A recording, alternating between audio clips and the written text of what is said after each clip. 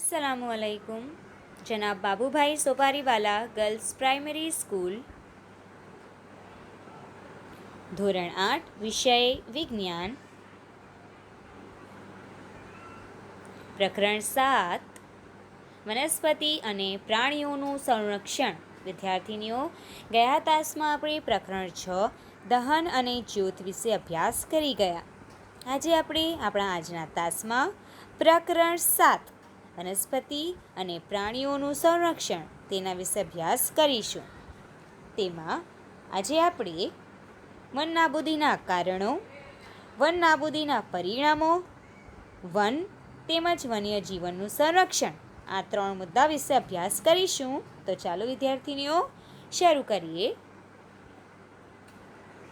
સૌપ્રથમ આપણે જોઈએ વન નાબૂદીના કારણો.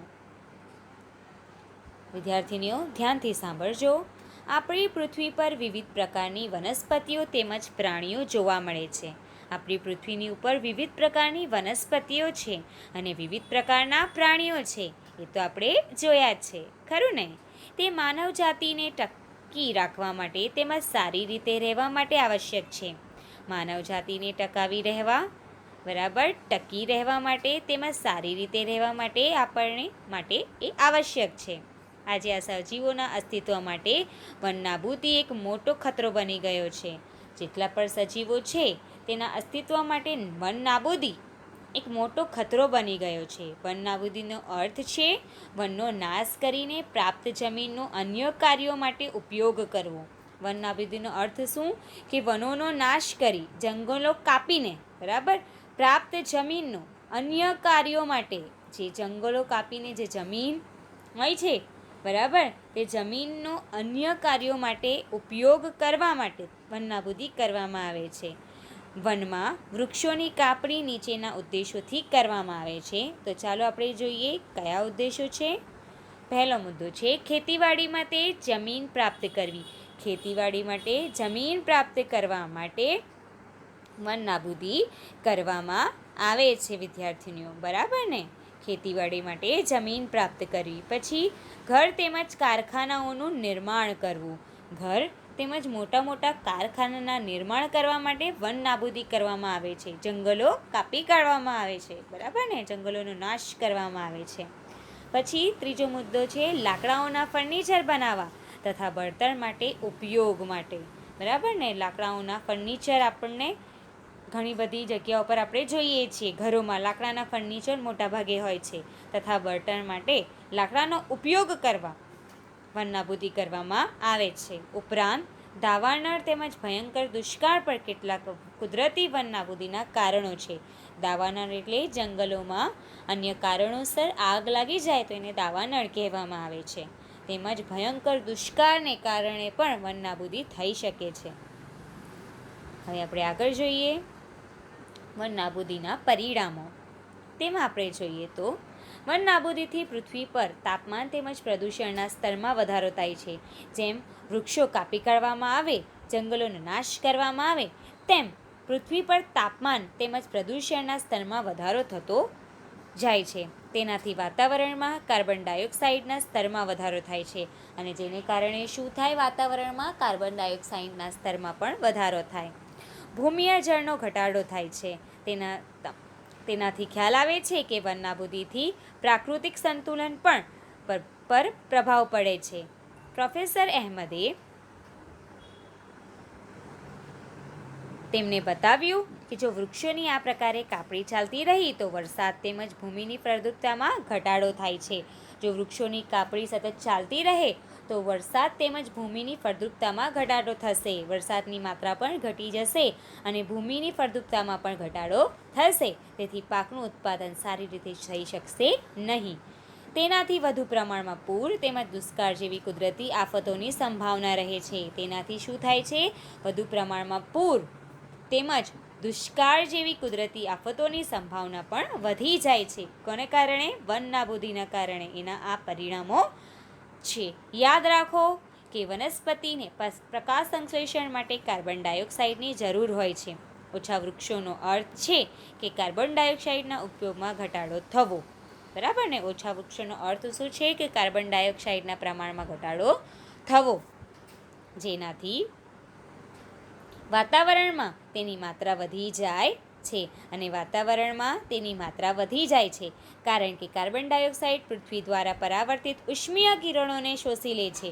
કાર્બન ડાયોક્સાઇડ શું કરે છે કે પૃથ્વી દ્વારા પરાવર્તિત ઉષ્મીય કિરણો જે હોય છે તેને શોષી લે છે. એટલે તેની માત્રાના વધારાના પરિણામે ગ્લોબલ વોર્મિંગ થાય છે. અગાઉના પીરિયડમાં આપણે જોઈ ગયા હતા ગ્લોબલ વોર્મિંગ વિશે, બરાબર ને? તો તેની કારણે શું થાય છે કે ગ્લોબલ વોર્મિંગ થાય છે.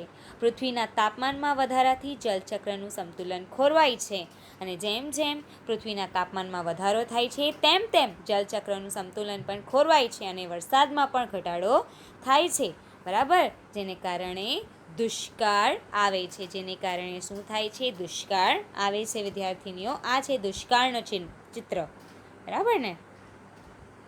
આગળ જોઈએ.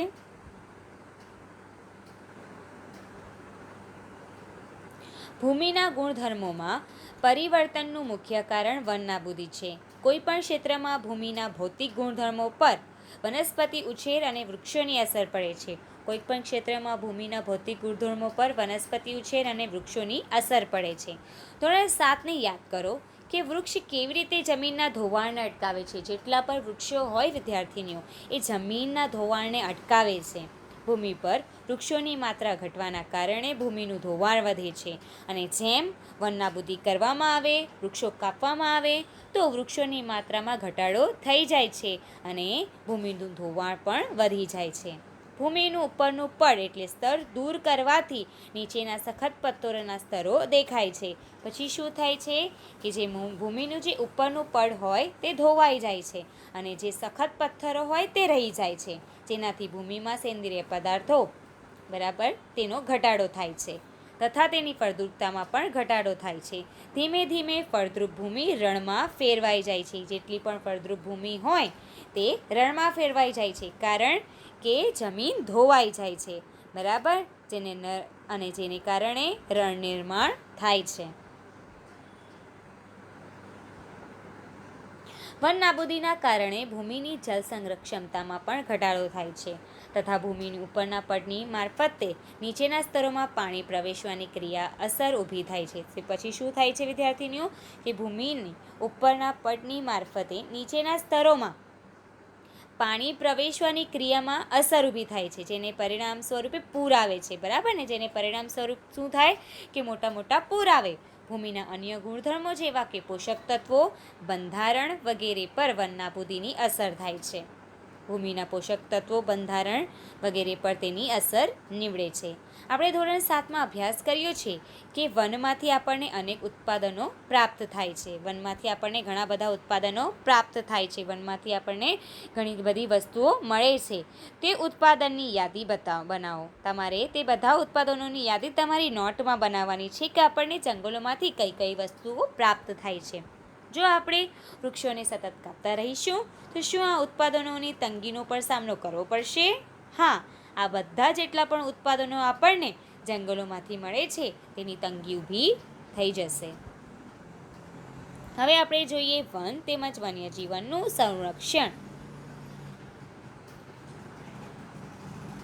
વન નાબૂદીની અસર જાણ્યા બાદ પહેલી અને બુઝો ચિંતિત થયા. તે પ્રોફેસર અહેમદ પાસે ગયા તથા તેઓએ પૂછ્યું કે વન તેમજ વન્ય પ્રાણીઓ કેવી રીતે બચાવી શકાય. તો એણે કયા સવાલ બાળકોએ પૂછ્યા એના પ્રોફેસરને કે વન તેમજ વન્ય પ્રાણીઓને આપણે કેવી રીતે બચાવી શકીએ. તો ચાલો આપણે એના વિશે જોઈએ કે જીવાવરણ પૃથ્વીનો એક ભાગ છે. જીવાવરણ શું છે? પૃથ્વીનો એક ભાગ છે કે જેમાં સજીવો વસવાટ કરે છે, બરાબર છે? આ જીવાવરણ છે ત્યાં સજીવો વસવાટ કરતા છે વિદ્યાર્થીનીઓ, બરાબર ને? જીવાવરણ સજીવો વસવાટ કરે છે અથવા જે જીવનને આધાર આપે છે. જૈવ વિવિધતાનો અર્થ છે કે પૃથ્વી પર જોવા મળતા વિભિન્ન સજીવો, તેઓની વચ્ચે આંતર સંબંધો અને તેઓનો પર્યાવરણ સાથેનો સંબંધ, બરાબર છે? બધા સજીવો એકબીજાની સાથે જોડાયા છે. હવે આપણે આગળ જોઈએ. પ્રોફેસર અહેમદે પહેલી અને બુઝો તેમજ તેમના અધ્યાયો માટે જૈવાવરણ સુરક્ષિત ક્ષેત્રની મુલાકાત માટેનું આયોજન કર્યું, જેના માટે તેઓએ પંચમઢી જૈવાવરણ સુરક્ષિત ક્ષેત્રની પસંદગી કરી. આ છે પંચમઢી જૈવાવરણ સુરક્ષિત ક્ષેત્ર. બરાબર, તે જાણતા હતા કે આ ક્ષેત્રની વનસ્પતિઓ અને પ્રાણીઓ ઉપરી હિમાલયની શૃંખલાઓ તેમજ નીચાણવાળા પશ્ચિમ ઘાટ વિસ્તારના પ્રાણીઓ અને વનસ્પતિઓને સમાન છે. બરાબર છે. આ છે પંચમઢી જીવાવરણ સુરક્ષિત વિસ્તાર. પ્રોફેસર અહેમદને વિશ્વાસ થયો કે આ ક્ષેત્રની જૈવ વિવિધતા આગવી છે. તેઓએ વન કર્મચારી શ્રી માધવજીને જૈવાવરણ સુરક્ષિત ક્ષેત્રમાં વિદ્યાર્થીઓનું માર્ગનિર્દેશન કરવાનો અનુરોધ કર્યો. તેઓએ જણાવ્યું કે જૈવ મહત્વ ધરાવતા ક્ષેત્રનું સંરક્ષણ એટલે બચાવ એ આપણી રાષ્ટ્રીય પરંપરાનો એક ભાગ છે. અહીં વનસ્પતિઓ અને પ્રાણીઓનું સંરક્ષણ થાય છે. બરાબર વિદ્યાર્થીઓ, આ એ જગ્યા છે. માધવજીએ વિદ્યાર્થીઓને સમજાવ્યું કે આપણા વ્યક્તિગત પ્રયત્નો તેમજ સમાજના પ્રયત્નોથી વિશેષ સરકારી સંસ્થાઓ પણ વન તેમજ વન્ય પ્રાણીઓના સંરક્ષણ માટે કાર્યરત છે. ઘણા બધી એવી સંસ્થાઓ હોય છે જે વન અને વન્ય પ્રાણીઓનું સંરક્ષણ કરવા માટે કાર્ય કરે છે. સરકાર તેઓની સુરક્ષા અને સંરક્ષણ હેતુ માટે નિયમ, પદ્ધતિ અને યોજનાઓ બનાવે છે. અને સરકાર શું કરે છે કે આ જેટલા બી પ્રાણીઓ છે તેની સંરક્ષણ એટલે એના સુરક્ષા માટે ઘણા બધા નિયમો, પદ્ધતિ અને યોજનાઓ બનાવે છે. વન્ય પ્રાણી અભયારણ્ય, રાષ્ટ્રીય ઉદ્યાન, જૈવાવરણ સુરક્ષિત ક્ષેત્ર વગેરે વનસ્પતિઓ અને પ્રાણીઓ માટે સુરક્ષિત તેમજ સુરક્ષિત ક્ષેત્ર છે. બરાબર છે. આ બધા જે છે શું વન્ય પ્રાણી અભયારણ્ય, રાષ્ટ્રીય ઉદ્યાન, જૈવાવરણ સુરક્ષિત ક્ષેત્ર અને વગેરે વનસ્પતિઓ અને પ્રાણીઓ માટે સંરક્ષિત અને સુરક્ષિત ક્ષેત્રો છે.